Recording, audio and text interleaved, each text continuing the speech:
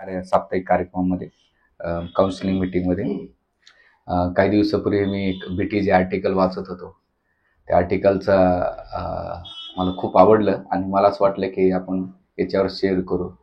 याच्यावर बरेच जणांनी नाही का प्रवचन पण केलेले आणि बीटीजीच्या आर्टिकलमध्ये त्याच्यामध्ये ते एकदम शॉर्टमध्ये दिलं होतं. मग बसून थोडंसं 8-15 दिवसात विचार केला की हे टॉपिक घेऊया. तर ह्या टॉपिक असणारे आपले जे दोष पाहण्याची दृष्टी आहे त्याच्यातून आपण कसं मुक्त होऊ शकेल. आध्यात्मिक जीवनामध्ये खूप महत्वाचा विषय. कारण सर्वप्रथम आपण हे समजलं पाहिजे की आपण भगवत धामात सगळेजण होतो, पण भगवत धामात असून सुद्धा आपण इच्छा द्वेष समजताना द्वंद्व मोहेन भारत, इच्छा आणि द्वेष करून पुन्हा ह्या भौतिक संसारात आलो. आणि भौतिक संसारानंतर हे मनुष्य जीवन भेटलंय आणि मनुष्य जीवन दुर्लभ मनुष्य जीवन असताना त्याच्यात कृष्ण भक्ती भेटली आणि कृष्ण भक्ती भेटल्यानंतर त्या कृष्ण भक्तीमध्ये आल्यानंतर आपली जी वृत्ती आहे, प्रवृत्ती आहे, त्याच्यातून आपण याच्यातून कसं मुक्त झालं पाहिजे आणि आपल्या आध्यात्मिक जीवनात आपण कशी प्रगती केली पाहिजे याचं वर्णन इथं करण्यात आलंय. एकदा शिलप्रभुपाद श्यामसुंदर प्रभू शिलप्रभुपाकडे गेले आणि प्रभुपादाला विचारले की प्रभुपाद, एक व्यक्ती खूप निंदा करतोय, काय केलं पाहिजे? तर शिलप्रभुपादाने त्याचे 6 कारण दिलेले आहेत. आणि मग ते म्हणतात की 6 कारण जर समजलं तर असं समजायचं की मनुष्य जीवन भेटून सुद्धा तो जर भगवंताकडे जात नसेल तर स्वतःची आदिवती करून घेतो. आणि त्यामुळे प्रभुपादाने ह्या 6 गोष्टीचं अतिशय विश्लेषण केलं. तर प्रभुपाद म्हणतात की 6 प्रकारचे लोक आहेत. एक पहिली प्रथम श्रेणी आहे केवळ दोष पाहणं. त्यांचं दुसरं काय नाही, ते जिकडे तिकडे जातात ना तर दोषच पाहतात. जसं महाभारतामध्ये द्रोणाचार्याने युधिष्ठिर महाराजाला आणि दुर्योधन सांगितलं की तुमच्यापैकी सर्वश्रेष्ठ व्यक्ती कोणती निवडून आणा. आणि एक साईडला दुर्योधन गेला आणि एक साईडला युधिष्ठिर महाराज गेले. आणि युधिष्ठिर महाराज फिरून आल्यानंतर, आपलं दुर्योधन फिरून आल्यानंतर त्याने एकच विचार केला, या राज्यामध्ये माझ्यापेक्षा सर्वश्रेष्ठ कोणीच नाही. आणि मग युधिष्ठिर आले काही काळानंतर. युधिष्ठिर आल्यानंतर युधिष्ठिर महाराज म्हटले की माझ्यासारखा नीच व्यक्ती ह्या जगात दुसरं कोणीच नाही, बाकी सगळे चांगले आहेत. तर ह्या दोघांच्या दृष्टिकोनातून जी वृत्ती कळते की आपला स्वभाव, आपला गुण त्याच्यातून बाहेर पडत असतो. म्हणून साधकाने आपण ह्या प्रथम श्रेणी केवळ दोष पाहण्याचा, जसं नीतिशास्त्रामध्ये सांगितलेलं आहे, मनसा एकम वचसा एकम कर्मणा एकम महात्मना. म्हणजे मनसा एकम वचसा एकम कर्मणा एकम महात्माला म्हटलं जाते. आणि याच्या विरुद्ध दुरात्मा. दुरात्मा काय करतो? मनामध्ये वेगळा विचार करतो, त्याच्या वाणीमध्ये वेगळं बोलतो आणि कार्यामध्ये वेगळं असतो, याला दुरात्मा म्हणतात. म्हणून महात्मा आणि दुरात्मा आपल्याला समजणं महत्वाचं की आपण ह्या 2 कॅटेगरीच्या पलीकडे. का बरं? कारण की हरिकृष्ण आंदोलनामध्ये आपल्याला जे साधक आहे, शिलप्रभुपादांनी आपल्याला आश्रय दिलेला आहे कृष्ण भक्तीमध्ये किंवा हरिकृष्ण आंदोलनामध्ये. तर आपल्या आंदोलनामध्ये आपल्याला 2 गोष्टी करणं महत्वाचं आहे. ह्या 2 गोष्टीवरच आपलं आध्यात्मिक जीवन ते प्रगती पथावर आहे आणि वैष्णव रिलेशनशिप मध्ये आहे. एक म्हणजे परिपक्वता, मॅच्युरिटी, आणि दुसरी शुद्धता, प्युरिटी. या 2 गोष्टीमुळे आपलं मॅच्युरिटी असेल, परिपक्व असेल तर तुम्हाला सगळ्यांशी संबंध स्थापन करायला सोपे जाते. आणि दुसरं मॅच्युअर पर्सनचं काय की तो सगळ्याला घेऊन टाकतो आणि त्याच्यात नाही का कोणाशी कशी डीलिंग करायचे त्याला कळून जातं. आणि दुसरं शुद्धता, प्युरिटी. प्युरिटी काय करते? त्याची स्वतःची एवढी प्युरिटी वाढलेली असते की त्याच्या बाजूला जेवढे निगेटिव्ह लोक येतात त्याला सुद्धा तो रिप्लेट करू शकतो, त्याला त्याचा प्रभाव पडत नाही. म्हणून प्रभुपाद म्हणतात की कृष्ण भक्तीमध्ये प्रगती करत असताना ह्या 2 गोष्टीवर जोर दिला पाहिजे. तर शिक्षाष्टप्रभूने याच्यामध्ये कार्निष्ठिका त्र्यंबकेश्वरला एक आश्रम तिथे आमचा ब्रह्मचारी क्लास मंथन ग्रुप घेतला होता. त्याच्यामध्ये ते एकाने प्रश्न विचारले की प्रभूजी तुम्ही मॅच्युरिटी खूप बोलत असतात, मॅच्युरिटी कशाने येते? तर मॅच्युरिटी प्रभुपाद म्हटले 3 गोष्टी येते, शास्त्र अध्ययनातून, वैष्णव सेवेतून आणि आपल्या सभोवतालच्या वातावरणातून आपल्याला कसे लोक हाताळायला पाहिजे, ह्या 3 गोष्टीवर आधारित आहे. पहिली कोणती गोष्ट? शास्त्र साधनेवर डिपेंड. भगवंत तुम्हाला मॅच्युरिटी देतात. दुसरं काय सांगितलंय? वैष्णव सेवा, त्यांची डिलिंग करून. आणि तिसरं समाजात राहताना मला काय भेटलं आणि मला कसं राहिलं पाहिजे याच होतं. म्हणून प्रभुपाद आपल्याला 2 गोष्टीला जास्त जोर देतात. एक म्हणजे प्युरिटी वाढवा आणि तुमची मॅच्युरिटी वाढवा, की मी इथं कशाला आलो, काय केलं पाहिजे आणि मी काय गोष्टीपासून स्वतःला वाचवलं पाहिजे. तर पहिली जी गोष्ट आहे, कारण का इथे केवळ आपल्याला दोष दृष्टी आपल्या आजूबाजूला दिसत असते आणि त्या दोष दृष्टीमुळे काय होत आहे की आपल्यामध्ये त्या दोष दृष्टीचे सगळे गुण आपल्या अंगावर किंवा आपल्या जीवनात येतात. त्यासाठी प्रत्येकानं वाचलं पाहिजे. कारण का आपण जसा चष्मा घालू, निळ्या कलरचा घालू, पिवळ्या कलरचा घालू किंवा पांढऱ्या, जे कलरचा चष्मा घालणार त्याच पद्धतीने तुम्ही काय करणार, समाजाला त्या दृष्टिकोनातून पाहणार. मग आपण कोणत्या प्रकारचा चष्मा घातलाय याच्यावर आपलं फळ निर्भरित राहणार आहे.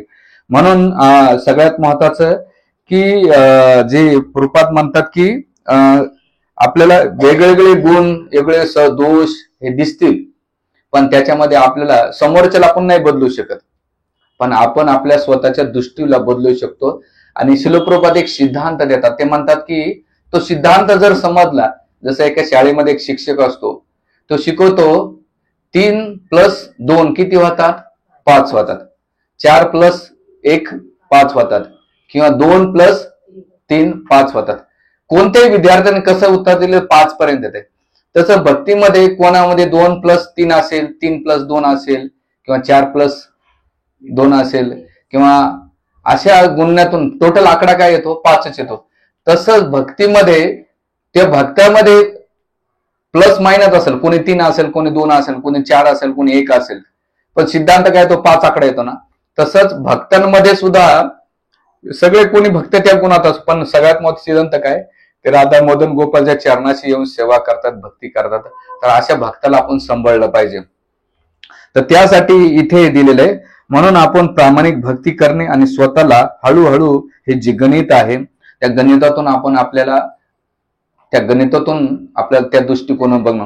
म्हणून पहिला जो आहे याच्यामध्ये एक ध्यानात ठेवायचं, दोष पाहण्याचा. भगवान कृष्णाला सुद्धा सोडलं नाही लोकांना. त्याच्यामध्ये भगवान कृष्णानं रासलीला केली, महाभारतामध्ये अन्याय केला किंवा येऊन त्यांच्या सभोवरचे हे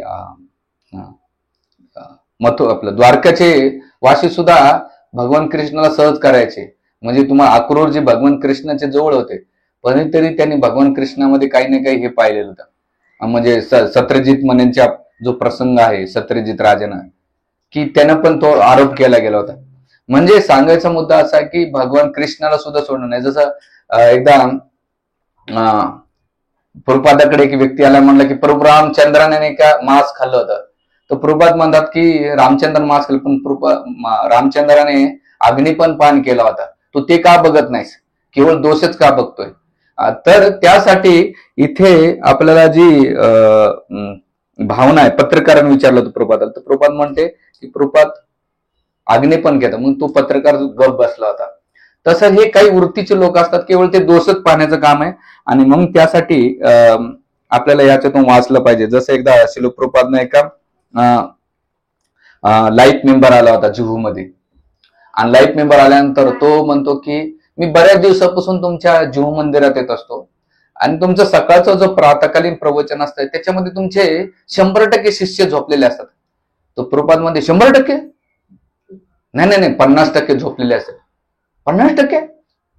तो प्रभुपाद असं म्हटल्यानंतर तो थोडासा विचलित झाला. तुम्हाला नाही कदाचित 15% तरी झोपत असेल. 15%? मग शेवटी तो 15% नाही 5% झोपतात. ते म्हणजे 5% झोपतात? अरे म्हणले 5% झोपतायत आणि तू 100% जागा राहून तुझ्यात परिवर्तन नाही, पण ते 95% झोपतात, 5% ऐकतात, पण त्यांच्या जीवनात परिवर्तन आहे. का? तर त्या लाईफ मेंबरला प्रभुपादाने गप बसवलं, आपल्या डिसायपलला शांत केलं. तर प्रभुपादाने त्या देश काळ पात्रानुसार कोणाला कसं हे केलं पाहिजे त्याचं वर्णन केलंय. म्हणून एकदा शिल प्रभुपाद एक लाईफ मेंबर आला प्रभुपादांजवळ आणि तो म्हटला की मी तुम्हाला स्वामी प्रभुपाद 45 मिनिटांमध्ये भगवद्गीता वाचून दाखवतो, किंवा तुम्हाला पुढे या थोडं प्रभूजी. तो लाईफ मेंबर म्हटला की 45 मिनिटांमध्ये मी गीता तुम्हाला काय करतो सांगतो, किंवा मी वाचून दाखवतो, किंवा मला पाठांतर आहे. प्रभुपाद म्हटले तू 45 मिनिटात म्हणून दाखवशील, वाचून दाखवशील, पण 45 मिनिटं फॉलो करून दाखव, हे महत्वाचं आहे. प्रभुपादाने काय केलं, लगेच त्याला हे सांगायचं होतं की तुमच्या डिसायपलला पाठांतर नाही, उच्चारण पण येत नाही, संस्कृतचे श्लोक पण जमत नाही, पण त्यांच्यापेक्षा मी किती उत्कृष्ट हे करतोय, उच्चारण करतोय. आणि प्रभुपादांनी पाहिलं की याची जी बघण्याची दृष्टिकोन आहे, स्वतःला काहीतरी दाखवण्याचा प्रयत्न आहे, तर प्रभुपादाने ती जी दोष दृष्टी होती त्याला बंद केलं होतं. म्हणून इथे पहिला मुद्दा आहे की केवळ दोष पाहणं, आणि त्या दोषामुळे काय होत आहे आपल्याला स्वतःला, जसं एकदा गौरव खूप सुंदर वाक्य सांगत होते, म्हणजे की जेव्हा तुम्ही सद्गुण पाहता तर तुमच्या लोकांचे सद्गुण पाहता तर तुम्हाला सद्गुण भेटतात, आणि जेव्हा तुम्ही केवळ दुसऱ्याचे दुर्गुण पाहता तर तुम्हाला दुर्गुण भेटतात. तुम्हाला ठरवायचं काय करायचं. हा पहिला मुद्दा सांगितलेला.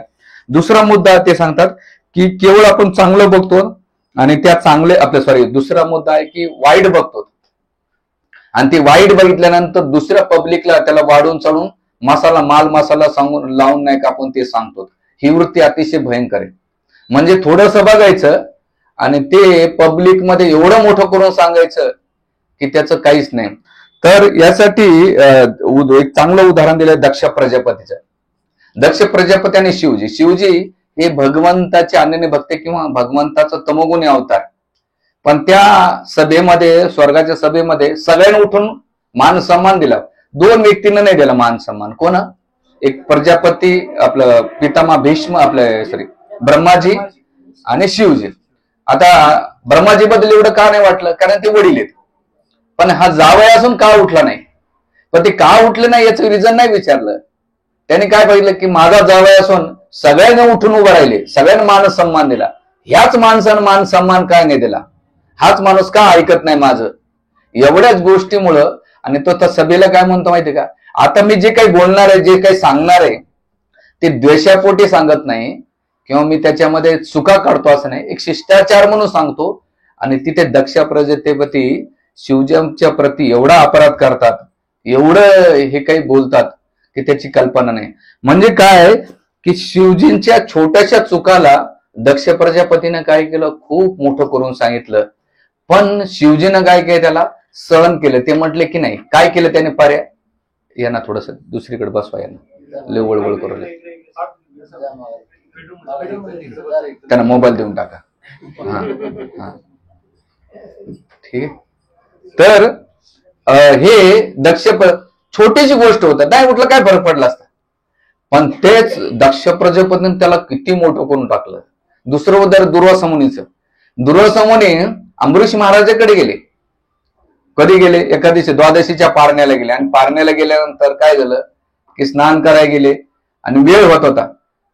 तर अंबरीश महाराजाने ब्राह्मणांना विचारून, ऋषी मुनीला विचारून काय केलं, निर्जला जो पारणा टाइम असतो तो थोडं आचमन केलं. कोणी आचार्य म्हणतात पाण्याचे बूंद घेतले, कोणी म्हणतात चरणामृत घेतलं, वाटेवर काय जे असेल ते. पण एवढंच घेतलं तर दरवेळेच्या मुनीनं किती केलं, छोटी चूक, पण त्याचा किती तांडव माजून दिला की अक्षरशः त्या दुष्परिणामचं काय झालं, त्यांच्या मागे सुदर्शन लागलं. ते सगळ्या देवलोकात गेले, कैलास लोक गेले, स्वर्गात गेले, वैकुंठात गेले. वैकुंठातून वापस आले आणि अंबरीश महाराजांच्या पाया पडले. म्हणजे छोटीशी चूक, पण त्याचा दुष्परिणाम, वैकुंठातून वापस येऊ शकतात. पण त्याचा हा परिणाम. म्हणून थोडासा दोष पाहायचा आणि त्याला वाढून चढून सांगायचा. हा पहिला मुद्दा. दुसरा त्याला सांगतात, जसं एकदा शिलप्रपाताच्या जर पाहिलं गेलं तर शिलप्रपाताचे एक शिष्य होते, संन्यासी शिष्य. त्याच्या संन्यास आश्रमामध्ये थोडस काहीतरी विचलित अवस्था होती, दुःख होतं. तर त्यांनी संन्यास दंडा आणि सगळं साहित्य प्रपाताकडे पाठवलं. प्रपात म्हणते मला येऊन भेट, आणि प्रपात समजून सांगत होतं. तर त्याच्या बाजूला एक भक्तानं थोडस लपून ऐकलं आणि प्रपातानं त्याला कन्व्हिन्स केलं की नाही, असं होतं जीवनामध्ये, चढ उतार होतं, काही काळजी करू नका. ह्या भक्तानं जाऊन काय केलं, बाहेर सगळ्या भक्त कम्युनिटीमध्ये समजून सांगितलं की हा संन्यासी आश्रम सोडतोय. आणि वास्तविक तसं काहीच नव्हतं. जीवनात डिफिकल्टी येते, थोडंसं सांगितलं आणि सगळ्या वैष्णव कमिटीमध्ये काय पसरलं, हा संन्यासी आश्रम सोडतोय. आणि ही बातमी जेव्हा कळाली, त्यांनी वास्तविक ह्या लोकांच्या एवढा काजावाजा झाला की त्याने आश्रम संन्यास सोडला आणि ते भक्तीपासून निघून गेले. ज्या भक्ताला थोडंसं ऐकलं आणि सगळ्या जगामध्ये पसरून सांगितलं, तो भक्त काही काळानंतर भक्ती सोडून गेला. कारण त्यानं काय अपराध केला, दुसऱ्या भक्तानं सुख केला. त्याला म्हणतात कॉज आणि इफेक्ट थिअरी. जेव्हा तुम्ही दुसरं थोडंसं काही करतात आणि जेव्हा दुसऱ्याला सांगतात, तर भगवंत काय करतात की तुम्हाला त्याच्या बाजून करून टाकतात. म्हणून आपण आपल्या भक्तीच्या जीवनामध्ये जरी कोणाला दोष दिसले, कारण मी ही का गोष्ट गेले मी बऱ्याच दिवसापासून मी स्वतःला आत्मनिरीक्षण करतोय की आपण यार कुठेतरी चुकतोय आपल्या भक्तांच्या व्यवहारामध्ये किंवा आपल्या साधनेमध्ये, परिवारामध्ये किंवा लोकांशी डीलिंग करताना आपण स्वतःला कुठेतरी बदललं पाहिजे, स्वतःला उचललं पाहिजे आणि जी अवस्थेमध्ये आहे त्या लोकांना स्वीकारलं पाहिजे. कारण की प्रत्येक जण तुमच्या मनासारखे, तुमच्या परफेक्टनुसार किंवा तुम्हाला फॉलो करतेनच असं नाहीये. मग शिक्षक एक वाक्य खूप सांगितलं होतं, म्हटलंय की आपलं काम आहे कार्य करणं, लोकांना ते कसं घ्यायचं त्यानं ठरवायचं. भले तुम्हाला ते मानतील, पण तुम्ही सांगितलेलं मानतील का नाही मानतील याच्याबद्दल फरक आहे. काय तुम्हाला मानणं वेगळं, पण तुम्ही सांगितलेलं मानणं खूप फरक आहे म्हटले. तर आपण आपल्या अवस्थेमध्ये, पारिवारिक जीवनामध्ये, सामाजिक जीवनामध्ये, ऑफिसच्या जीवनामध्ये, ज्या अवस्थेमध्ये जे लोक आहेत त्यांना स्वीकारा. आणि जर ते स्वीकारून नाही जरलं आणि नाही आपण स्वीकारलं तर थोड्याशा गोष्टी जर ते आपण बाहेर जाऊन सांगितल्या की त्या भक्तांच्या जीवनात असा प्रॉब्लेम होता, तसा होता, तो भक्त तर भगवंत त्याची कृपा, भगवंत कृपा त्या भक्तावर करतील, पण आपल्या जीवनाचं किंवा आपल्या भक्तीचं जीवन उद्ध्वस्त होऊन जाईल. हे संन्यासाचं उदाहरण आपण पाहू शकतो. म्हणून एकदा रवींद्र स्वरूप त्यांच्या गुरुपादाकडे एक विद्वान व्यक्ती आला होता आणि तो संस्कृतचा विद्वान प्रगंड पंडित, तो संस्कृतमध्ये प्रभुपादांशी वादविवाद करत होता आणि एवढा वादविवाद झाला होता की आता त्यांची भांडण होण्याची वेळ आली होती. तर मग शेवटी रवींद्र स्वरूप त्या व्यक्तीला, जो विद्वान प्रगंड पंडित होता, तर जसं प्रभुपादाचे तुम्ही हिंदी प्रवचन ऐकले असेल ना, पहिले कन्व्हर्शन आहे याच्यामध्ये गुजरातमध्ये, म्हणे हिप्पी लोक करताय, बोले तुम हिप्पी करताय पण तुम नाही करताय, तुम तो हिप्पी से गाय गुजरे. प्रभुपाद एवढं भयंकर शब्द होते, तुम्ही ऐकलं कोणी करून, एकदम वाईट शब्दामध्ये प्रभुपाद. भारतीय लोकांना खूप ठोकतात प्रभुपाद, मूर्ख आहेत म्हणतात, गाढव आहेत, आणखीन शिव्या देतात डायरेक्ट प्रभुपाद, कारण भारतीय लोक असे सहज उजवत नाही. तर प्रभुपाद अक्षरशः लिटरली ह्या प्रगंड संस्कृत विद्वान होता त्याला फार झापून काढलं आणि मग रवींद्र स्वरूप घाबरून गेले. एक तर त्यांना हिंदी समजत नव्हते, पण हे काहीतरी दोघं भांडतात एवढं कळायचं त्यांना बॉडी लँग्वेजवरून. त्याला घेऊन गेले, प्रसाद दिले आणि मग प्रभुपाद म्हणले, प्रभुपाद माफ करा. ते म्हटले की हा संस्कृतचा विद्वान होता, पण तो भक्तांची निंदा करत होता, भक्तांचे दोष पाहत होता. तर हा होता म्हणून मी याला रागवलं होतं आणि यानं पुन्हा अशी चूक करू नये त्याला दंड देण्यासाठी मी रागवलं. आणि मग प्रभुपादांनी सांगितलं, पुढच्या वेळेस माणसं नाही का जरा व्यवस्थित आण माझ्याजवळ, आणताना नाही तर आणून जाऊ नको. तर याच्यामध्ये पहिला मुद्दा काय, थोडस बघणं आणि त्याला खूप विसरू सांगणं. तिसरी गोष्ट आहे, चांगलं बघायचं आणि वाईट पण बघायचं. म्हणजे हे तिसरे, थोडस चांगलं बघायचं आणि त्यावर वाईट पण बघायचं. मग त्याला उदाहरण देतात, ज्याच्याशी माझं जमतंय त्याचे मला दोषच दिसत नाही, ज्याच्याशी माझं जमत नाही त्याने किती चांगलं वागू द्या, मी त्याच्यात काय पाहणार, खोटच पाहणार आहे. मग घरात ना आई वडील असो, बहीण भावंड असो, सासू सासरे असो, शेजारी पाजारी, ऑफिसमध्ये असो किंवा भक्त कम्युनिटीमध्ये असो, म्हणजे चांगलं पण बघणार आणि वाईट पण बघणार. म्हणून इथे नारद मुनींचा जर पाहिलं गेलं तर एक दक्ष प्रजापती आणि नारद मुनींचं आपण उदाहरण घेऊया. की नारद मुनीने दक्ष प्रजापतीच्या 10,000 मुलांना काय केलं, कृष्ण भक्तीचा प्रचार केला. केल्यानंतर ते हरेश्वर त्यांना ज्ञान दिले की अरे तुम्ही हे भौतिक जीवन अमूल्य आणि तुम्ही भगवंताची भक्ती करा. आणि जेव्हा ही प्रिचिंग केल्यानंतर 10,000 मुलांनी, दक्ष प्रजापतीच्या मुलाने काय केलं, संन्यास घेतला. नंतर दक्ष प्रजापतीला वाटलं 10,000 गेले ठीक आहे, हरकत नाही, पुढचे 1,000 मुलांना पुन्हा जन्म दिला. आणि 1,000 मुलांना जन्म दिल्यानंतर पुन्हा त्यांना सांगितलं की अरे ग्रस्त आश्रम स्वीकारण्याच्या पहिले तपस्या केली पाहिजे. मग तपस्या केली पाहिजे तर पुन्हा ते वनामध्ये गेले आणि वनामध्ये जाऊन काय केलं, अरे तुमचे मोठे भाऊ जिकडे गेले तिकडे तुम्ही जावा, इथं कुठं मोहमायात फसतात.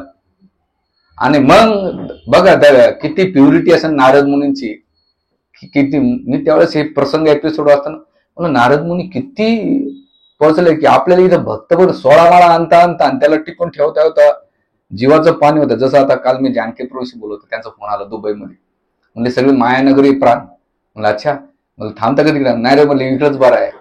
हा म्हणजे झगमग तर खूप चांगली आहे पण भयंकर आहे. आणि त्याबरोबर ते म्हटले की इथं भक्तीचा प्रचार करणं खूप कठीण आहे, लोक एवढा भोग आहे, एवढी इंद्रियतृप्ती आहे, यांना प्रिचिंग करणंच कसं कठीण. तर त्यावेळेस ते म्हणले की प्रभुपादाने काय प्युरिटी असेल की प्रभुपाद एकटे जाऊन त्यांनी प्युरिटीनं विधीच्या लोकांना बदललंय, जे भारतीय लोक बदलत नाहीत. म्हणून हा जो मुद्दा आहे की प्रीचिंग करणं, तर नारद मुनीने प्रीचिंग केली आणि केल्यानंतर दक्ष प्रजापती काय बघतोय की नारद मुनी स्वभावानं चांगले, कृष्ण भक्तीचा प्रचार प्रसार खूप करतात, पण त्याबरोबर काय केलं, चांगला स्वभाव असतो, वाईट स्वभाव काय की ग्रस्त लोकांच्या मुलांना नाही का प्रीचिंग करतोय किंवा यांना भक्त म्हणून. जसं आता बऱ्याच वेळा आपण प्रचार करतो ना, नवऱ्याला बायकोला वाटतं की माझा नवरा मंदिरात जाऊन साधू होतो काय, म्हणजे 16 माळा करतात, मंदिरात तुम्ही लय जास्त जातात. अरे बाबा, तुझा तुझा नवरा नाही ठेवून घेणार आहे, ते सांभाळणं मुश्किल झालं ते कुठं. आणि नवऱ्याला वाटतं माझी बायको जाऊन साधू होती काय. आता मध्यंतरी एकले भांडण आले होते. आता ते माताजी प्रभूजी म्हणणं, घरी बायकोला कधीच माताजी म्हणायचं नाही, सगळ्या बायको सोडून सगळ्यांना माताजी. अहो, तुमच्या मंदिरात यायला तशी बायको माझी माझा नवरा मला माताजी म्हणतो, गडबड झाली. मला अहो त्याला म्हणजे सांगायचा मुद्दा असा आहे, अरे परिपक्व अवस्थेत व्हा. आणि मग जर आवाज द्यायचा असेल तर चिंटूची आई किंवा पिंटूची आई किंवा काहीतरी XYZ नाव घ्या आणि बायकोला आवाज द्या. मंदिरात आलं की माताजी म्हणायचा, विषय वेगळा. सांगायचा मुद्दा असा आहे की केवळ आपण चांगलं बघितलं पाहिजे, त्याबरोबर वाईट ही जी वृत्ती आहे. दक्ष प्रजापतीने काय केलं, नारद मुनी मला चांगला पण वाईट गुण पाहिला आणि वाईट पाहिला. त्यामुळं श्रील प्रभुपाद म्हणतात की याचा दुष्परिणाम काय झाला की दक्ष प्रजापतीला राग आला आणि नारद मुनीला शाप दिले की तू 3 दिवसापेक्षा जास्त एका ठिकाणी थांबणार नाही. नारद मुनीने त्याला कसं घेतलं, एखादा म्हटलं असता तुझ्या पोराला मी चांगले संस्कार लावले, भक्तीत लावलं आणि तुम्हाला शाप देतो, तुला बघू का. नाही, ते म्हटले की माझी 3 ठिकाणी आसक्ती राहिली असते, धन्यवाद, आता मला मोहमाया आसक्ती राहणार नाही, आता मी काय करेन, कृष्ण भक्तीचा प्रचार करेन. आणि श्रील प्रभुपाद त्या तात्पर्य खूप सुंदर वाक्य लिहितात. प्रभुपाद म्हणतात की माझ्या जेवढे डिसायपल त्यांच्या आईवडिलांनी मला शाप दिलेला आहे. काय शाप दिलाय की मी त्यांच्या मुलाला कृष्ण भक्तीत लावलंय, तर मी 3 दिवसापेक्षा जास्त कुठं थांबू शकत नाही, म्हणून मला 14 वेळा पृथ्वीचं भ्रमण करावं लागलं. आणि त्या गोष्टीचा फायदा काय झाला, मला कृष्ण भक्तीचा. त्यांचा शाप माझ्यासाठी वरदान ठरलं. प्रभुपादाने काय केलं, दक्ष प्रजापतीने थोडंसं चांगलं पाहिलं पण वाईट गुण पाहिला, पण प्रभुपादाने काय केलं, वाईट गुण मध्ये चांगलं गुण पाहिला आणि मग त्याला चांगल्या गुणाला घेऊन प्रचार केला. हे आपण पाहूया. जसं एकदा एक श्रील प्रभुपादाजवळ एक शिष्य आला होता. तो म्हणतो की प्रभुपाद एका भक्तानं असं केलं, त्या भक्तानं तसं केलं, त्या भक्तानं तसं केलं, हा भक्त असं करतो, हे भक्त असं करतो. प्रभुपाद म्हटले इस्कॉन मध्ये एकमेव मीच भक्त, बाकी अभक्त सगळे. कोण आहेत इस्कॉन मध्ये? एकमेव भक्त मी आहे, बाकी कोण आहेत? भक्त नाहीत. त्याच्यामुळं दुसऱ्या कोणा भक्ताची तू निंदा करता कामा नाही. तुम्ही म्हणा प्रभूजी आज हाचा विषय का निवडला तुम्ही, हा पण विषय. तर आपल्या वैष्णव कम्युनिटीमध्ये आपण प्रत्येकाला, जेवढा तुम्ही माझ्या कपड्याला पाहून मला आदर देतात ना, मला नाही दिले तरी चालेल, तुम्ही मला काय म्हणायचं म्हणा, पण ऍटलिस्ट आपल्या भक्त माताजी प्रभूजीला शब्दानं कोणाला दुखू नका. जेव्हा तुम्ही एकाला बोलतात ना, मला खूप वाईट वाटते, एवढं माझं हृदय दुखत आहे. अक्षरशः मी रात्री कधी, आता पहिले तरी भोळे प्रभू सांगायचो, प्रभू वाटत असं काय प्रभूजी आमचे काउन्सिलर पण येड्यासारखे वागतात. मी म्हणजे आमच्या प्रभूजी माताजी कोणा सांगणं बंद केलं, येतात कंप्लेंट येतात, पण असं वाटतं की अरे आपण किती जीव लावतो ह्या लोकांना, किती सांभाळून घेतो. हे काय छोट्या छोट्या गोष्टींमध्ये फार त्याच्यामध्येच अटकून गेलेले आहेत. कुठेतरी वयान वाढून उपयोग नाही चालत. आपल्या बुद्धीला, व्यवहाराला, परिपक्व अवस्थेला वाढलं पाहिजे की आपण इथं येतोच कशाला. म्हणून प्रवचना सुरुवात मी 2 मुद्दे सांगितले. काय सांगितलंय, एक आपल्याला परिपक्व वाढवायची आणि दुसरी शुद्धता वाढवायची भक्तीमध्ये. या 2 गोष्टी वाढवल्या ना तर आपले संबंध पण चांगले राहतात आणि आपण इथे कशाला येतो. जसं भौतिक जगामध्ये, कंपनीमध्ये बघा ना, तुलनात्मक लोक जीवन जगतात. अरे त्याला पद भेटलं, याला भेटलं, किंवा आपण त्याची तुलना करतो. मग त्याच्यामुळं ती जी वृत्ती आहे ती भक्तीमध्ये नको यायला. म्हणून इथे एकदा जसं एकदा श्रील प्रभुपाद शिष्य आहे, तर तिचं दीक्षा झाल्यानंतर तर ती प्रभुपादांकडे गेली आणि प्रभुपाद म्हणले माझं नाव काय. तर प्रभुपाद ते म्हणले की गुणमयी देवीदासी. म्हणले गुणमयी देवीदासी याचा अर्थ काय. तिला अहंकार झालं की मी सगळ्यात गुणमयी आहे आणि माझ्यासारखी गुणी कोणीच नाहीये. तर प्रभुपाद म्हणले तसं नाही, तू लघुना बीच मधून आली ना, तर लघुना काढल्या गुणा म्हणून तुझं नाव ठेवलं गुणमय देवीदासी. काय माहितीये का तुम्हाला लघुना बीच? जसं गोवा आहे तसं लघुना बीच आहे. म्हणून प्रभुपादांनी इस्कॉनच्या सगळ्या ब्रह्मचार्यांना भक्त सांगितलंय कधी चुकून तिकडे जाऊ नका. जसं प्रभुपाद राधागोविंद महाराज एकदा प्रवचन सांगत होते, न्यूयॉर्क मध्ये समुद्राच्या काठी हे जात होता, रथ जात होता. तर एकाने म्हणून प्रभुपाद बीच खूप चांगला पाऊस. तर महाराज म्हटले की चला भगवंताची विभूती पाहून येऊया. आणि विभूती पाहायला गेलं तर तिथे सगळेजण ते नग्न अवस्थेत बसले होते. म्हणजे इथे विभूती तर दुसरीच आहे. बोले मेरे को खा लेके आए, चलो इधर से. चले इतने सब लेडीज ने क्या वो कोपिन पे बैठी आहे असं तसं. महाराज एवढेच आपल्या त्या शिष्यांना की मला कुठे घेऊन आले. तर त्या शिष्यांचा जो अहंकार वाढलेला पाहिला प्रभुपादांना, ते म्हटले की तू गुणमय नाही, तू लघुना बीच मध्ये आले म्हणून तुझं गुन्हा म्हणून तुझं नाव ठेवलं गुणा देवीदासी. तर प्रभुपाद काय करायचे, कधी कधी आपल्या शिष्याचा अहंकार वाढला ना, जसं एक शिष्यावती ती समोसे बनवायची आणि समोसे डायरेक्ट गरम सर्व करायचे. तिला असं वाटलं की प्रभुपादाला माझे समोसे खूपच आवडलेले. तर ती सगळं झाल्यानंतर प्रभुपाद म्हटले की प्रभुपाद तुमचे फेवरेट कुक कोण आहे? प्रभुपाद म्हटले की फेवरेट कुक मीच आहे, दुसरं कोण नाही इस्कॉनमध्ये. मी चांगली कुकिंग करतोय, मला भूक लागते, दुसरं काही पर्याय नाही म्हणून तुमचा प्रसाद खातो. प्रभुपादांनी काय केलं, लगेच डाऊन टू अर्थ केलं होतं. म्हणजे प्रभुपाद त्याच्या अहंकाराला कारण गुरु म्हणजे हेवी, शिष्याच्या चांगल्या गोष्टीला वाव पण द्यायचा आणि वाढला त्याला दाबायचं काम होतं की भविष्यामध्ये ते चुका नको करायला.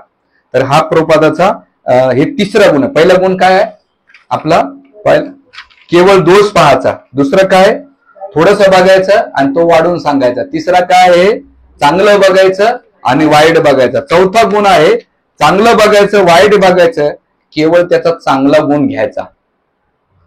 ही चौथी कॅटेगरी. म्हणजे तुम्हाला चांगलं पण बघायचं, वाईट पण दिसणार आहे, पण तुम्हाला त्याच्यातून काय घ्यायचं.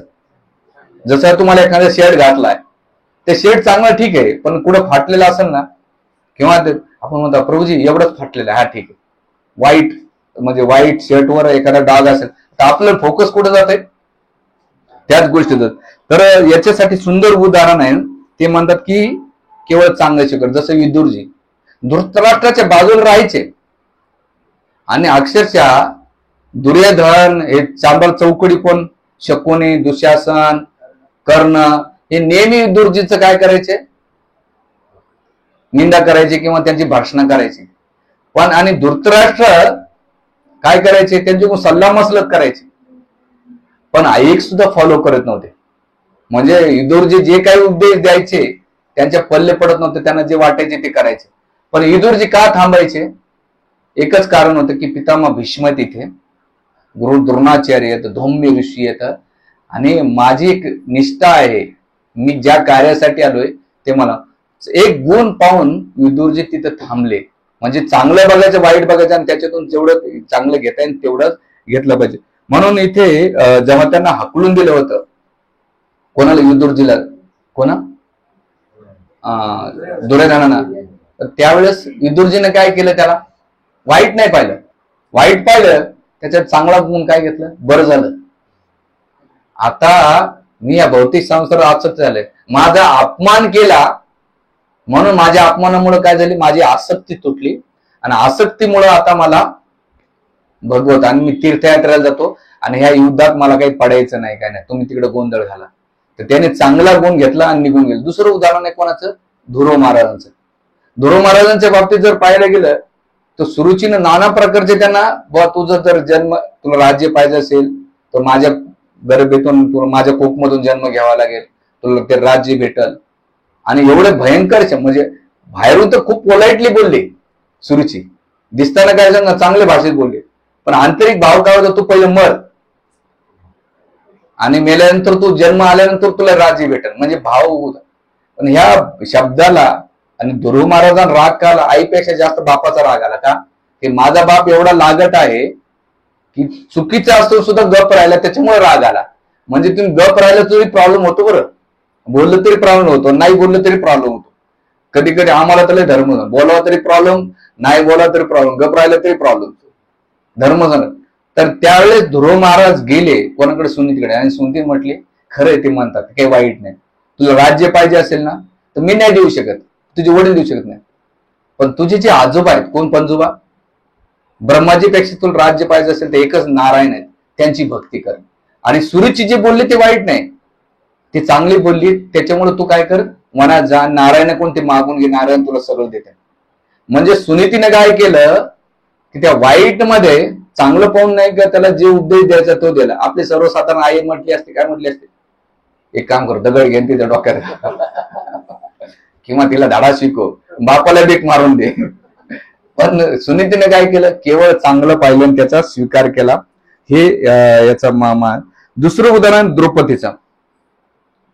द्रौपदीचं कसं आहे, द्रौपदीचे जे 5 पुत्र मारले गेले, कोण मारले, अश्वत्थामानं. आणि त्या अश्वत्थामाला पकडून आणल्यानंतर जेव्हा तलवार काढली होती तेव्हा द्रौपदी काय म्हटली, सोडून द्या अश्वत्थामाला. का बरं, माझे तर 5 पुत्र मारलेले, पण माझे 5 पती जिवंत आहेत. पण जे अश्वत्थामाचे आई वडील पती नाहीत, द्रोणाचार्य नाहीत, आणि मुलगा मारल्यानंतर ती निराश्रय होऊन जाईल.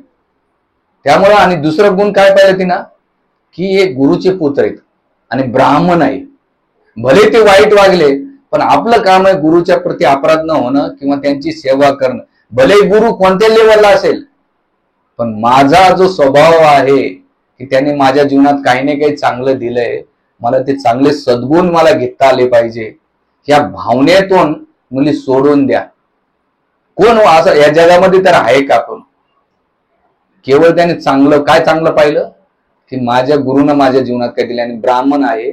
आणि तिसरं उदाहरण तिने काय लक्षात ठेवलं की दुर्नय जी आहे तिच्यावर हे दिवस नको यायला म्हणून सोडून द्या. म्हणजे तिनं चांगले गुण पाहून सोडलं. चौथं उदाहरण आहे प्रल्हाद महाराजांचं.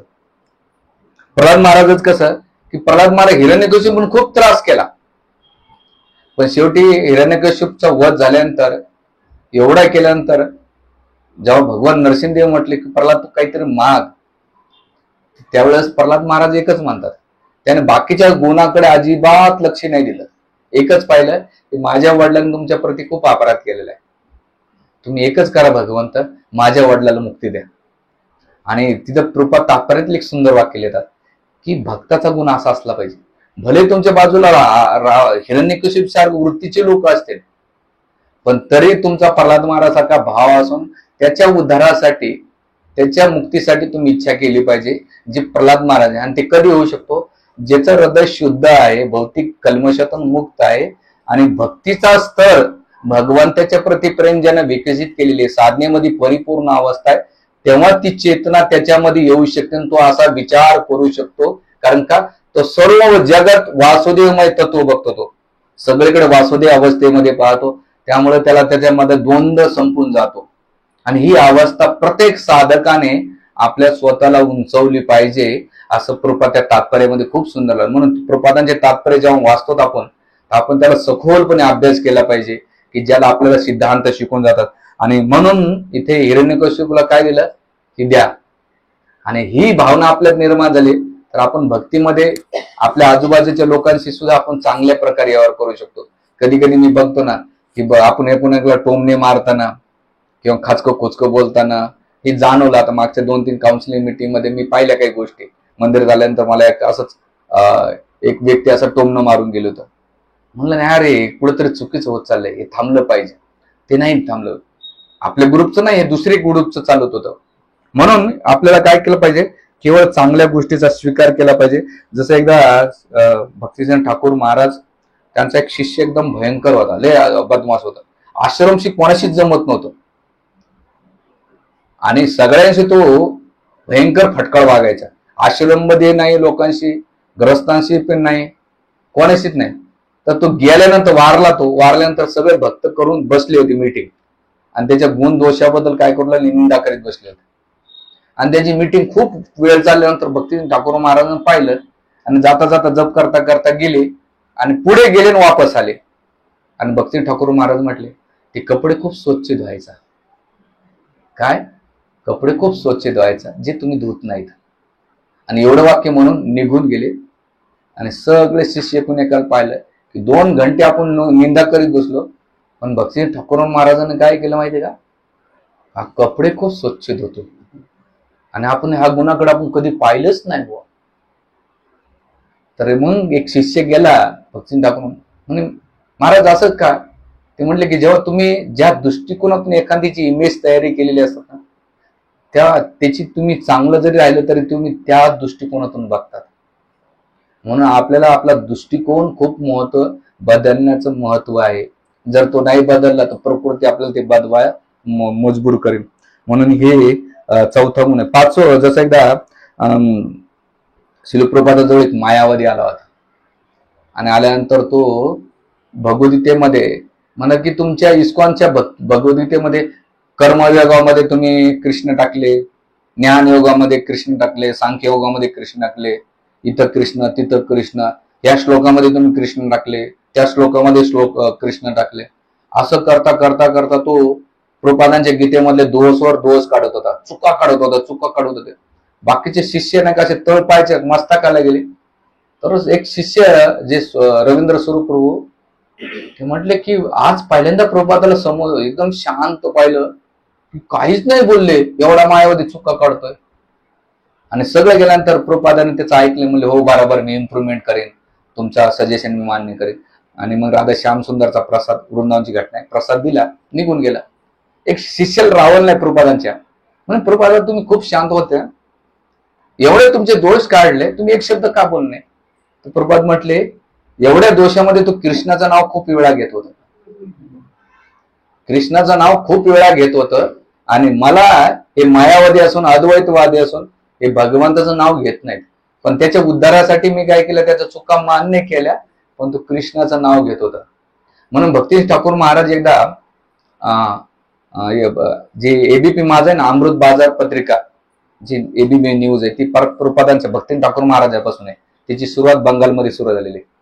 त्या आनंद बाजार पत्रिकामध्ये एकदा कृष्णाबद्दल खूप निंदा केली होती, म्हणजे त्या आर्टिकलमध्ये, त्या पत्रिकेमध्ये. आणि तो आर्टिकल घेऊन एक शिष्य भक्ती ठाकूर महाराजाकडे आला आणि दुसऱ्या आर्टिकलमध्ये कृष्णाबद्दल खूप गुणगान केलं होतं, दुसऱ्या पेपरमध्ये, त्याच्या विरुद्ध पार्टीमध्ये. आणि केल्यानंतर भक्ती ठाकूर महाराजाला दोन्ही आर्टिकल वाचून दाखवले, बंगालीमध्ये होते. वाचून दाखवल्यानंतर प्रभुपादाला विचारलं, प्रभुपाद म्हणजे भक्ती ठाकूर महाराजाला पण प्रभुपाद म्हणायचे की तुम्हाला सगळ्यात आर्टिकल कोणता चांगला आवडला? तर भक्ती ठाकूर महाराज म्हणले आनंद बाजार पत्रिकाचा जो कृष्णाच्या विरोधात लिहिला ना, तो चांगला आर्टिकल आहे. तर जो शिष्य होता तो भ्रमित झाला होता, तुम्ही असं कसं काय म्हणू शकता? ते म्हणले चांगल्या आर्टिकल मध्ये कृष्णाचं नाव केवळ 3-4 वेळाच आहे, कृष्णाचं नाव 3-4 वेळा आहे, आणि याच्यामध्ये 100 पेक्षा जास्त नाव कृष्णाचं आहे, म्हणून त्यापेक्षा हे आर्टिकल कसं आहे, चांगलं आहे. म्हणजे भक्ती महाराजांनी काय पाहिलं, केवळ त्याच्या वाईटामध्ये सुद्धा काय पाहिलं, चांगलं पाहिलं. हा काय झाला, चौथीला. म्हणून हा पाचवा गुण आहे केवळ चांगले बघणे. हा भक्तीचा खूप फरक. चांगलं गुण म्हणजे काय की आपण आपल्या बाजूला कोण लोक राहतात त्याच्यात आपण चांगलं किती बघतो. जसे याचं उदाहरण आहे युधिष्ठिर महाराज. युधिष्ठिर महाराज भले त्यांचं नाव एक अजात शत्रू, जसं आमच्या मंदिरामध्ये एक भक्त होते, आता ते पुण्याला शिफ्ट झाले, पत्कीपूर्व, असेच पत्कीपूर्व, आता त्यांचे दीक्षित नाव. तर ते कधीच, मी 17-18 वर्ष राहिले होते, कधीच चिडलेल्या व्यक्तीला पाहिलं नाही त्यांचं, कधीच नाही. त्यांच्या ऑफिसमध्ये सुद्धा मध्ये हा माणूस कधीच चिडला नाही, सिनियर रागवू दे काही नाही. ते म्हणले अरे चिडून काय होणार, त्याचा स्वभाव तर काही बदलणार नाही, त्यापेक्षा आपण स्वतःला जो बदललेलं किती राहिले प्राण. म्हणलं हो प्रभूजी, प्रभूजी तसे गुण यायला मला खूप टाइम लागेल हो, काय करू, माझा स्वभाव मिरची सारखा तडकन आहे. हा, आणि जाऊ दे, आपण नाही केलं तरी ते पांडुरंग आहे ना, तो बघतो. म्हणलं हो प्रभूजी. म्हणजे केवळ ते चांगलं बघायचे आणि प्रत्येकाने कुकिंगला छान करायचे. कुकिंग त्यांच्या हात नाही धरू शकत, आणि एवढा प्रसाद की शिक्षाष्टम प्रभू ब्रह्मचारी खूप खुश व्हायचे. तर हा युधिष्ठिर महाराजांचं काय की त्यांच्यावर खूप अत्याचार केले, त्यांना मारण्याचा प्रयत्न केला, पण असे युधिष्ठिर महाराजांनी कौरवामध्ये कधी दोष नाही पाहिला. त्याचं उदाहरण काय, जेव्हा हे अज्ञातवासात होते पांडव, आणि त्यावेळेस दुर्योधनाला नाही का थोडीशी खोड करण्याची असे लोक असतात, विघ्न संतोषी, म्हणजे विघ्न करायचं त्याचा संतोष घ्यायचा, तसं दुर्योधन होता. त्याला असं वाटतं की आपण जरा पांडवाला जाऊन काय करू, ईर्ष्या निर्माण करू, आणि मग सगळा लवा जवा घेऊन शकुनी चांडाळ चौकडी निघाली. शकुनी, दुःशासन, कर्ण सगळे नालायक सगळे निघाले. आणि गेल्यानंतर त्या वनामध्ये गेल्यानंतर नासधूस सगळं शिकार करणं फार. आता आसुरी लोक म्हणलं कसे असणार आहेत तसेच. गेल्यानंतर तिथे काय झालं, एका तलावाच्या ठिकाणी गेले आणि यक्षाने अडवलं. याचा अहंकार खूप मोठा दुर्योधनाचा. यक्षाने काय केलं, समजून सांगितलं ऐक नाही, सगळं असं पटकू मारलं. एवढं भयंकर मारलं की कुठं सोडलं नाही. जेवढे काही होते ते सगळे पळून गेले. मी जेव्हा हे उदाहरण प्रिपेअर करत होतो, म्हणजे मला त्यावेळेस एक उदाहरण आठवलं अफजल खानाचा. असाच अहंकार आला होता. पण महाराजांनी प्रतापगडावर त्याला असं गोडी घेतलं आणि खाली सैनिकाने 40,000 लोक, आणि महाराजांचे किती 5,000 होते, 5,000, पण 40,000 लोकांना असं मारलं, अफजल खानाचा वध केला. ती हिस्ट्री वेगळी, पण सांगण्याचा मुद्दा याला युक्तीनं काम केलं. तसंच हा दुर्योधन गेल्यानंतर यक्षाने सगळं पराजित केलं. आणि ही एक त्याच्यातला जो सैनिक वाचला आणि युधिष्ठिर महाराजांना जाऊन सांगितलं की तुमच्या भावांच्या बाबतीत असं झालं. तर ही बातमी युधिष्ठिर महाराजांनी जसं ऐकलं त्यानं दुःख झालं. पण आपलं भीम आणि अर्जुनाला एवढा आनंद झाला, जे काम आपण नाही केलं ती यक्षेने केलं. कृष्णा तुझी खूप कृपा आहे. त्यावेळी युधिष्ठिर महाराज म्हटले नाही इकडे. म्हणले इथे एक तत्व आहे, जेव्हा आपण एकत्र राहतो आपल्यामध्ये वैचारिक मतभिन्नता असू शकेल, ते 100 आहेत आणि आपण 5 आहेत. पण जेव्हा आपल्याकडे समोरचा विरुद्ध लढण्यात येतो ना, तेव्हा आपण काय होतो, 105 होतो. आणि हे तत्व आता यक्षेशी युद्ध करताना तुम्ही 100 आणि 5 वेगळे नाहीत. आता तुम्ही किती ते 105 आहेत. आणि आपल्या परिवारातले भले तो नालायक असेल सोडून द्या, तुम्ही दोघं जा यक्षाला पराजित करा. तरी भीम मानत नव्हता. पण आता मोठे भाऊ होते, मोठ्या भावाचा पुळका एवढा भयंकर विचारूच नका. आणि भीमाला तर नेहमी राग यायचा, पण मोठे भाव असल्यामुळे शांत बसायचे, मर्यादेमध्ये राहायचे, ताकद होते. एकदाच रागवलेत. कधी, जेव्हा ते जुगार खेळत असताना ते म्हणले माझ्याकडे अग्नी असले असताना दादाचा हात जाळला असताना पहिल्यांदा शेवट. आणि हेच अर्जुन म्हणतो की हेच वाक्य नाही का कौरवांना पाहिजे होतं, आणि आपल्यामध्ये ते फोड भेद करण्याच्या नीतीमध्ये, आणि तू त्यांच्या इच्छा पूर्ण करतोस. आणि जेव्हा अर्जुनानं समजून सांगितलं कोणाला, भीमाला, तेव्हा भीम शांत झाला. म्हणजे इथे की युधिष्ठिर महाराजांना सांगितलं की तुम्ही 105 जाऊन आता युद्ध करा. आणि दोघं गेले, पराजित केलं. आणि पराजित केल्यानंतर त्या दुर्योधनाला एवढं वाईट वाटलं की माझ्या शत्रूनं मला नाही काय केलं, मुक्त केलं. आता जगून नाही जगल्यासारखं मी आत्महत्या करतो. आणि मग पातळ लोकातून आसुर आले, त्याला समजून सांगितलं की तू असं करू नको. युधिष्ठिर महाराजांचा आणखीन गुण कसा आहे, जेव्हा सगळं महाभारताचं युद्ध झालं आणि दुर्योधन पाण्यात लपून बसला होता, तो बाहेर ललकारलं, तर युधिष्ठिर महाराज काय म्हटले, आमच्या 5 पैकी एकाशी निवड, आणि एकाला पराजित केलं की राजे तुला वापस. भगवान कृष्णाने माथ्याला आणून घेतलं. आणि काय बोललं त्याने, भगवंत एवढे रागवले मोठे असून सुद्धा मर्यादामध्ये पाळायचे. कारण की जेव्हा कधी यायचे भगवान कृष्ण, तर भीमाचे आणि युधिष्ठिर महाराजांचे पाया पडायचे भगवंत. बरं, अर्जुनाची भेट करायचे आणि नकुल सहदेव काय करायचे, भगवान कृष्णाचे पाया पाडायचे शिष्टाचारानुसार. आणि एवढं केल्यानंतर एक गुण काय बघायचे, युधिष्ठिर महाराजांना काय वाटतं, हा एकटाच आणि आम्ही 5 जण आहेत, त्याच्या अन्याय नको व्हायला, अन्याय नको व्हायला म्हणून आमच्यातला जो कोणी असेल निवडा घेऊन जा.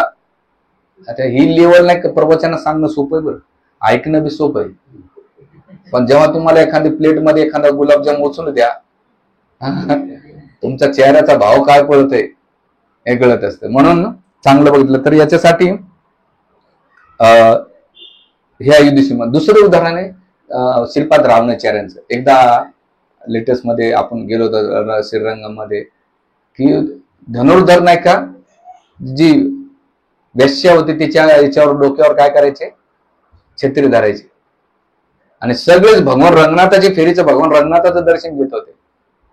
पण रामाचार्याने पाहिलं की सगळे दर्शन घेता हा एकमेव काय बघतो. एका शिष्याला सांगितलं जा रे बोलून आण त्यांना, काय रे बोलतो याच्यासारखं काय बघतो भगवंत. तर ते म्हटले की ही जी स्त्री आहे हिचे डोळे एवढे सुंदर आहेत, या जगातले हिच्यापेक्षा डोळे कोणते चांगले नाहीत. तर रामाचार्य म्हटले हरकत नाही, तुला याच्यापेक्षा चांगले डोळे दाखवले तर. म्हणजे मी हिला सोडून देईन आणि त्या डोळ्याला स्वीकार कर. म्हणजे उद्या सकाळी ये दर्शनाला. आणि जसं सकाळी गेले आणि गेल्यानंतर त्याने दीप दाखवून भगवान रंगनाथाचे दर्शन. आता मी गेलो होतो ना, ती मला बघत होतं की भगवान रंगनाथाचे, पण तिथं कशाच्या रंगनाथाचे डोळे. एक तर अंधार, अंधारामध्ये तो पुजारी पैसा दिला तर 2 मिनिटं थांबू देतो, नाही तर 3 पळून लावतो. लोक म्हणतात एवढीच मूर्ती. अरे म्हटलं एवढी नाही, त्याच्या माग बघ भगवंत झोपलेले येतं. हा खूप मोठे भगवंत. तर भगवान रंगनाथाचे मी डोळे बघत होतो, मला ती उत्सुकता होती डोळे पाहायची. आता कधी भगवंताचे योग आला तर पुन्हा एकदा स्पेशल त्या पुजाऱ्याला जाऊन डोळे बघायचे. ह्या जगातले दुसरे डोळे पाहण्याची इच्छेच मरून गेली पाहिजे साली. याचे त्याचे डोळे पाहिले तर लोकांचे रागाचे डोळे, नाही तर भलते डोळे पाहायला भेटतात. तर आणि मग श्रीपाद रामानुजाचार्यांनी डोळे दाखवल्यानंतर नेहमी त्यांच्या सोबत राहायचे. आणि आंघोळ केल्यानंतर, कायोरीमध्ये आंघोळ केल्यानंतर हात ठेवायचे खांद्यावर. तर सगळे ब्राह्मण शिष्य नाही का चिडायचे, हा शूद्र आहे आणि वेश्याचा होता. पण ते म्हटले की हा जरी बाह्य अवस्थेतून आहे पण याच्यात चांगले गुण आहेत. आणि दुसरं, हा भगवंताला खूप समज. जे तुम्ही ब्रह्मचारी संन्यासी कोपिनावर भांडतात, आपण यानं सर्वस्व काही दिलं, ग्रस्त असून सगळं बाहेर घ्यायचं. म्हणजे रामानुजाचार्यांनी काय पाहिलं, त्याची बाह्य अवस्था नाही पाहिली, एकच गुण पाहिला आणि भगवत सेवेत संलग्न केलं. आपलं काय होतंय, आपण काही भक्तांचे पूर्वजन्माचे त्यांचं काहीतरी हिस्ट्री माहीत असले ती पब्लिक मध्ये सांगायला आपल्याला खूप आवडते. किंवा त्याचे अरे तो असा होता बरं, त्यानं तसं केलं होतं, असं करायचं तसं. अरे जाऊ दे ना, भगवान रामचंद्राने वाल्मिकी मुनीला निवडताना हे नाही पाहिले तो शिकारी होता. भूतकाळ सोडून द्या, अजयमेळाचा पण हिस्ट्री नाही पाहिली भगवंताने. म्हणजे भगवंत पण हिस्ट्री बघत नाहीत, भक्त पण. प्रभुपादाने सुद्धा त्या अमेरिकन हिप्पी लोकांची हिस्ट्री नाही पाहिली. मग आपल्याला कोणा अधिकार दिला कोणाची हिस्ट्री बघायचा. आताची वर्तमान काळी बघ ना, तो भगवंताची भक्ती करतोय, सेवा करतोय, सगळ्याला घेऊन चालतोय. अरे मंदिरात प्रिचिंग करता करता जीव चाललाय लोकांना आणता आणता टिकून. जे आहे, आता एक जण म्हटला किती नुसते खायलाच येतात. अरे येतात खाला, इकडे तिकडे काय खाण्यापेक्षा कृष्ण प्रसाद खात आणि खाऊ दे. तुझं काय बापाचं चाललंय, देणारा देतो, खाणारा खातो, वाढणारा वाढतो, तुला काय प्रॉब्लेम. म्हणजे काय लोकांची वृत्ती आहे. तर या वृत्तीला वाचलं पाहिजे आपण जेवढं चांगलं आहे. आणि मग रामानुजाचार्यांनी काय केलं, चांगलं पाहिलं आणि त्या धनुर्धराला काय केलं, त्यांचा शिष्य म्हणून आणि तो भगवंताचा महान भक्त मानला. हा चांगला गुण आहे. जसं शिलप्रपादांच्या जवळ एक व्यक्ती आला, शिलप्रपाद शिष्य, आणि एका भक्ताबद्दल तक्रार करत होता की हा नुसता सेवा करतो दिवसभर प्रभुपाद, पण एक सुद्धा माळा करत नाही. नुसता सकाळ संध्याकाळ सेवा करतो, माळा करताना याला मी कधीच पाहिलं नाही. प्रभुपादांनी ऐकलं, अच्छा अच्छा. ते म्हणले भगवान कृष्णाने पुढं महाभारताच्या युद्धामध्ये अर्जुनाने माळा घेऊन बसल्या, त्यांना सेवाच केली ना. याचा अर्थ उद्या तुम्ही तसा नका घेऊ, नाही तर आधीच आपल्याला माळा करायच्या जीवावर चाललेल्या का.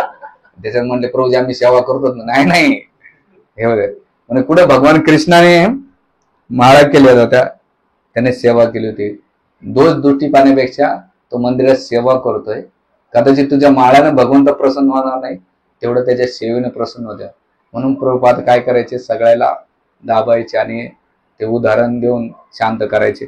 तर आपण आपल्या जीवनामध्ये कोणी 2 माळा, कोणी 4 माळा, कोणी त्याचं शारीरिक व्यंग कसं असेल, त्याचं रूप कसं असेल, त्याचं भौतिक उपलब्धी कशी असेल, त्याचं ज्ञान कसं असेल, तो ह्या गोष्टी न पाहता केवळ आपण काय केलं पाहिजे, चांगलं पाहिजे. याचं चांगल्यात चांगलं उदाहरण काय आहे की केवळ चांगलं पाहिजे म्हणजे अजय मिळायचं काय केलं भगवान कृष्णाने, एकच पाहिलं की यानं नारायण नाव घेतलं.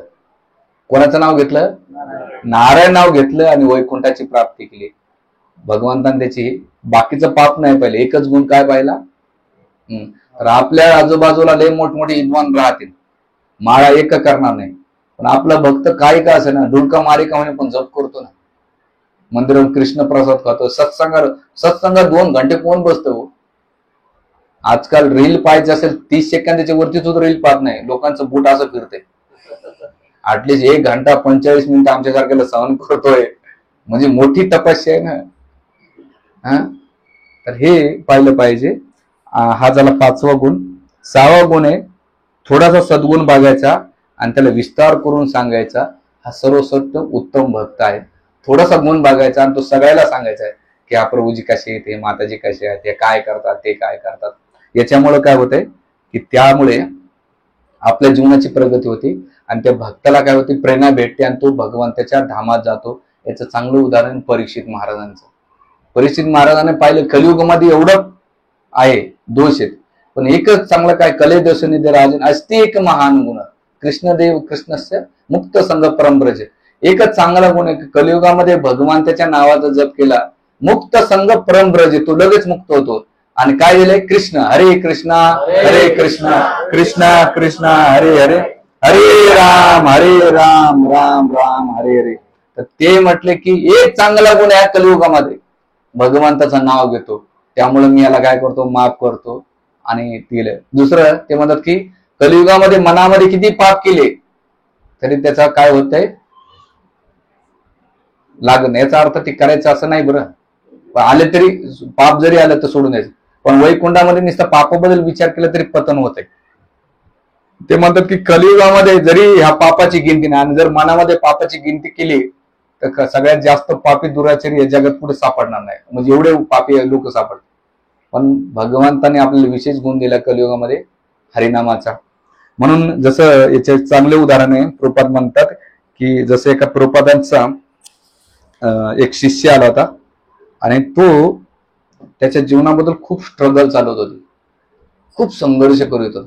आणि प्रभुपादांनी खूप ऐकलं त्याचं. ऐकल्यानंतर शेवटी गेल्यानंतर तो निघून गेल्यानंतर एका भक्ताला म्हटला की हा भक्त किती संघर्ष करतो, आणि मी राधा कृष्ण गोपीनाथजी ना मम निवेदन सोनू, त्यावेळेस प्रभुपादांनी एक भजन गायलं की मी त्यासाठी प्रार्थना करतो, भक्ती नाही सोडली, स्ट्रगल करतोय, हा संघर्ष करतोय पण यानं भक्ती नाही सोडली, म्हणून मी याच्यासाठी प्रार्थना करतो. तर त्याच्यामध्ये प्रभुपादांनी काय केलं, त्याचा संघर्ष नाही पाहिला, प्रभुपादांनी काय गुण पाहिला, हा भक्तीत कनेक्ट आहे, इस्कॉन मध्ये भक्तीत आहे, हा चांगला गुण पाहून त्याला म्हणले ठीक आहे, तुझ्या जीवनात चुका झाल्या, पापा झाली, सोडून दे, पण तू हे मार्ग सोडू नको. म्हणून प्रभुपादांचा एवढा चांगला गुण आहे, जे संन्यासी होते आणि संन्यास सोडून आल्यानंतर त्यांनी गृहस्थ आश्रम स्वीकारला होता, तरी असे कितीतरी संन्यासी आहेत, ऋषिकेश महाराज, रामेश्वर महाराज किंवा बरेच गुरुदास प्रभू, भवानंद प्रभू संन्यासी होते. पण प्रभुपाद म्हटले तुम्ही काही का असे ना, तुम्ही माझ्यासाठी खूप मोठं योगदान दिले, मी तुमचं ऋण नाही फेडू शकत. तुम्ही काही ना काही इस्कॉन मध्ये कॉन्ट्रीब्युशन दिलंय, मला माहित नाही, महत्वाचं नाही की तुम्ही कपडे किती बदलले, मला एकच महत्वाचं, तुम्ही आज बी भक्तीत टिकून आहात. आणि तुम्ही कधीच मनाला असं वाटून घेऊ नका माझ्या बाबतीत, मी जेवढं तुम्हाला पहिले प्रेम करायचो आता पण तेवढंच प्रेम तुमच्यावर करणार आहे. म्हणजे प्रभुपादांनी संन्यास सोडलेले जे त्याला वांताशी म्हणतात, वांताशी म्हणजे काय, एकदा उलटी केली ती चाटणं, म्हणजे ग्रस्त आश्रम भौतिक भोग सोडून संन्यास ब्रह्मचारी स्वीकारला, पुन्हा ग्रस्त आश्रम मध्ये गेला, त्याला वामताशी म्हणतात. अशा लोकांना सुद्धा प्रभुपादांनी काय केलं, दुर्लक्ष केलं आणि त्याचा स्वीकार केला आणि इस्कॉनचा प्रचार प्रसार केला. प्रभुपादांनी जर दोष पाहिला असता तर इस्कॉन वाढलं असतं केवढं नाही. प्रभुपादांनी सगळ्या दोषाला दुर्लक्ष करून चांगले गुण पाहिले आणि त्या चांगल्या गुणाला थोडं वाढवलं. कोणाला पेंटिंग करता येते, पेंटिंग कर. एक जण प्रभुपाद जसं लेक्चर देत होते, तो खाली वॉशरूम मध्ये ते रोल घेऊन आला, काय असतं म्हणतात त्याला, पेपर असतो ना, टिश्यू पेपर घेऊन आला. सगळे म्हणले काय मूर्ख, पेपर मधून आला, प्रवचनात येतो दररोज आणि टिश्यू पेपर घेऊन जातो. प्रभुपाद म्हणले टिश्यू पेपर देतो, कारण तुमच्याकडे वैष्णव जातात ना बाथरूम मध्ये. प्रभुपादाने ते काय पाहिलं, त्याच्या टिश्यू पेपरचा गुण पाहिला. म्हणजे प्रभुपाद किती होते की प्रत्येकाचा गुण, कोणाला पेंटिंग येते पेंटिंग, कोणाला कुकिंग येते, कोणाला गायला येते, प्रत्येकाच्या गुणाला घेऊन त्याला चालवलं. जसं म्हणून एकदा शिक्षक एक चांगलं वाक्य सांगत होते, ते म्हणतात की भगवंत प्रत्येक भक्ताला युनिक बनवतात आणि युनिक भक्त असल्यामुळे त्याच्यामध्ये जेव्हा आपण त्याच्याशी स्पर्धा करतो, तुलना करतो की मागून येऊन माझ्या पुढे गेला किंवा तू पुढे असून असं करतोय, तर भगवंत त्याच्या गुणाला, त्या भगवंताच्या कृपेला तुम्ही विरोध करतायत. काय करतात, कारण भगवंताने त्याला दिलेले आणि आपण त्याच्यासारखं होऊ शकत नाही. आपल्यामध्ये एक युनिक गुण आहे, त्याच्यामध्ये एक वेगळा युनिक गुण प्रत्येक. आता मला गाला जमत नाही तर याचा अर्थ मी दुसऱ्याबद्दल जलूच नाही, किंवा एखादा चांगला ड्रेसिंग करतो, मला काय माझी कॅपॅसिटी आहे, मला काय जमतं ते मी केलं पाहिजे. कोणाला मॅनेजमेंट जमतंय, कोणाला कुकिंग जमते, कोणाला गायला जमतंय. प्रत्येकाच्या नेचरनुसार, स्वभावानुसार तू काही ना काही मदन गोपालची सेवा करतो ते पाहिलं पाहिजे. असं नाही की अरे तू याला जमत नाही, ते नाही जमत, ते सोडून द्या सगळं आणि तो काहीतरी भगवंताच्या सेवेत संलग्न आहे हे आपण पाहून त्याच्याशी व्यवहार केला पाहिजे. म्हणून इथं सांगण्याचं तात्पर्य की कलियुगामध्ये चांगला गुण बघायचं, त्याला क्षमा करायचं आणि पुढे जायचं. जसं भगवंताने शेवटचे एक उदाहरण देऊन एंड करू दोन, की पुतना.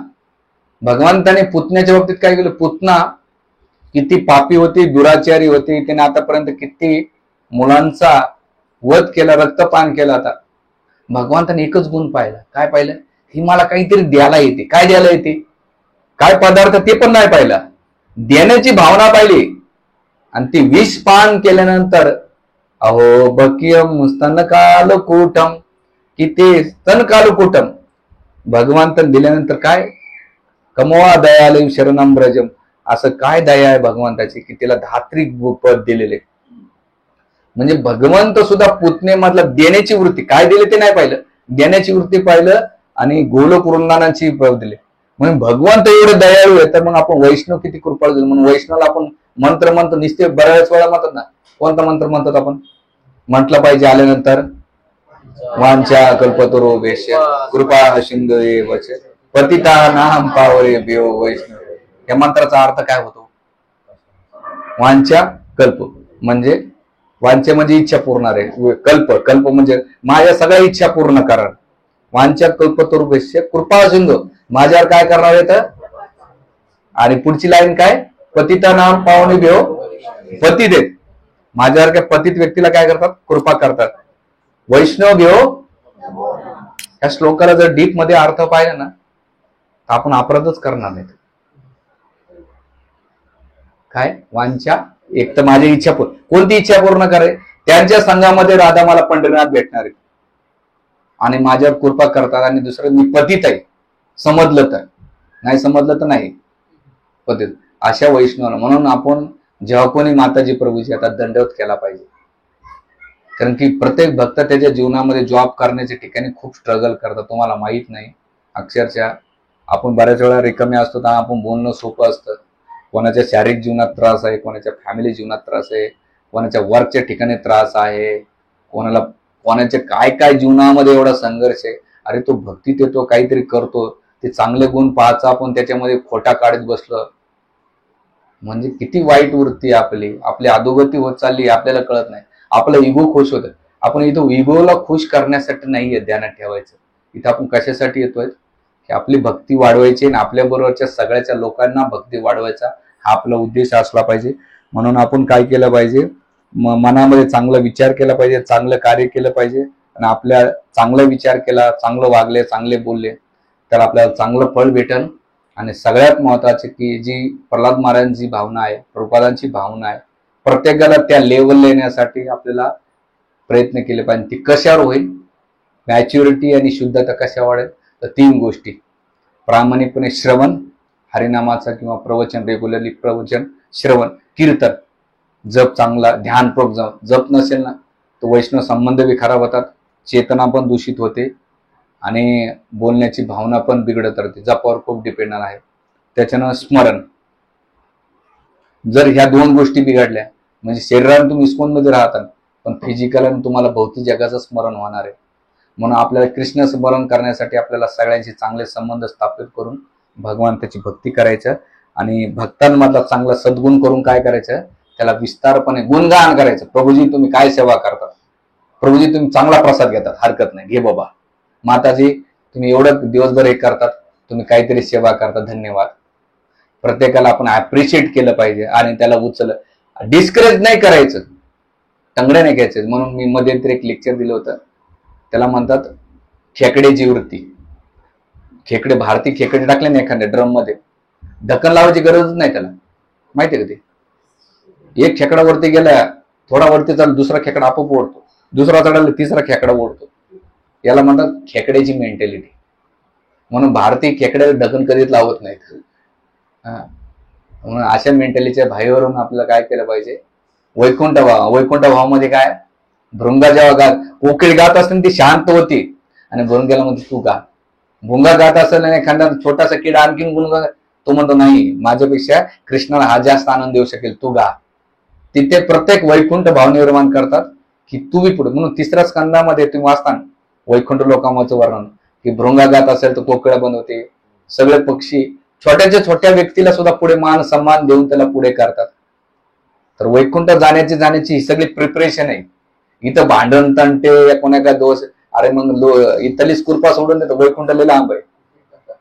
इथं प्रिपरेशन करणार आहो आपलं. हे सगळे झकमारी कशामुळे चालू आहे की त्या वैकुंठ धामाचे प्रिपरेशन आहे. आणि इथंच आपण जर व्यवस्थित प्रिपेअर झालो तर तिथे जाणार नाही. तर भगवंत मध्ये इथे येऊन कशाला त्रास द्यायला का आहे, तू तिथंच बरं आहे, तू सुधारल्यानंतर ये आहे ना. या जगामध्ये तसं भगवंत आहे. म्हणून इथे आपण स्वतःहून सुधारलं पाहिजे. काही आम्ही ठेके नाही घेतले कोणाला सुधारण्यासाठी, जे मेसेज आहे तो देण्याचं काम केलं जाते. म्हणून आपण स्वतः जीवनात पहिले स्टेप आता रिपीट करू 1 सेकंदामध्ये. पहिला स्टेप काय, केवळ दोष पाहणं. ठीक आहे, दोष पाहणं. दुसरं काय आहे त्याच्यामध्ये, थोडासा दोष पाहायचा आणि त्याला काय सांगायचं, मोठं सांगायचं. तिसरा काय सांगितलेलं आहे, आणि चौथा गुण काय सांगितलेला आहे, वाईट बघायचे आणि त्याच्यातून. 5वा गुण काय, आणि 6वा गुण काय, चांगला थोडासा सद्गुण बघायचा. आता याच्यामध्ये तुम्ही ठरवा कुठे कुठे येतं आणि कुठून कुठं मला जायचं आणि मला कुठे इम्प्रुव्हमेंट करायची. ठीक आहे. हरे कृष्णा कृष्णा कृष्णा हरे हरे,